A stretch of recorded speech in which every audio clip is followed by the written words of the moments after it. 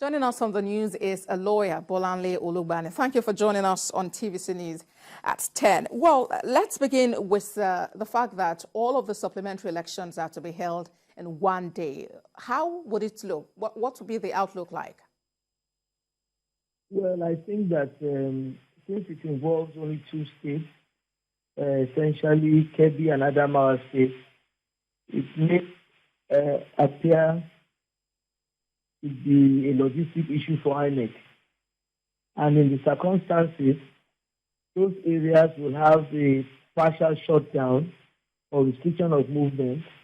In Kebbi State, it's 20 out of 21 local governments. In Adamawa State, it's actually 47 wards.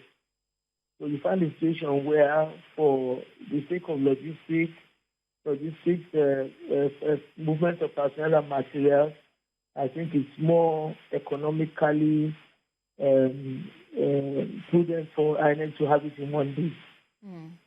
And then do you think this would encourage people to come out and vote their candidates of their choice on that day?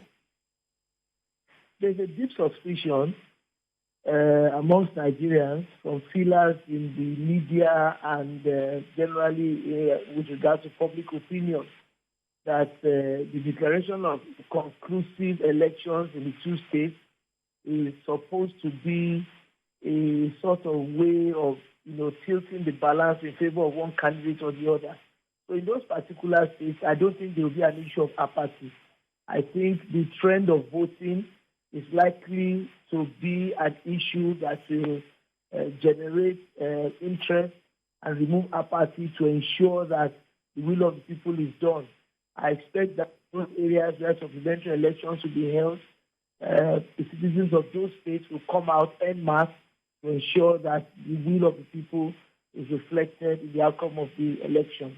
Well, Mr. Olugbani, in Adamawa State, the All Progressives Congress is calling for a review of the results that have already been announced. Is there a place for this in the electoral law?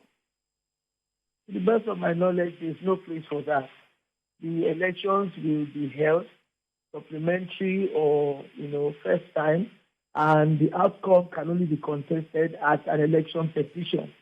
So instead of asking for a review, which is not provided for by law, anybody who has the potential or thinks that there's a potential for a challenge of the eventual outcome of the results to be gathering material and evidence of malpractice or areas where there are breaches, substantial breaches of the electoral rules and guidelines, and preparing for a challenge when the results are announced, at an election petition tribunal.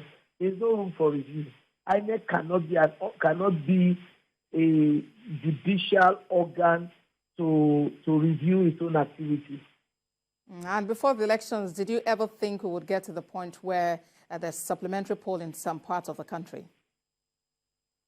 Well, because the Electoral Act provides for situations where the conduct of elections, if there are substantial breaches, where there's a likelihood of breach of public peace, and such incidents that may ensure that may result in the elections not being seen to be truly free and fair, the electoral umpire, INEC, can actually call off elections or declare elections to be inconclusive and hold supplementary elections in those areas where there have been breaches to be able to reflect a free and fair outcome. So one never thinks of the possibility of it occurring, but when it does, this is the only solution. Lawyer Bolanle Olugbani, thank you for talking to us on TVC News at 10.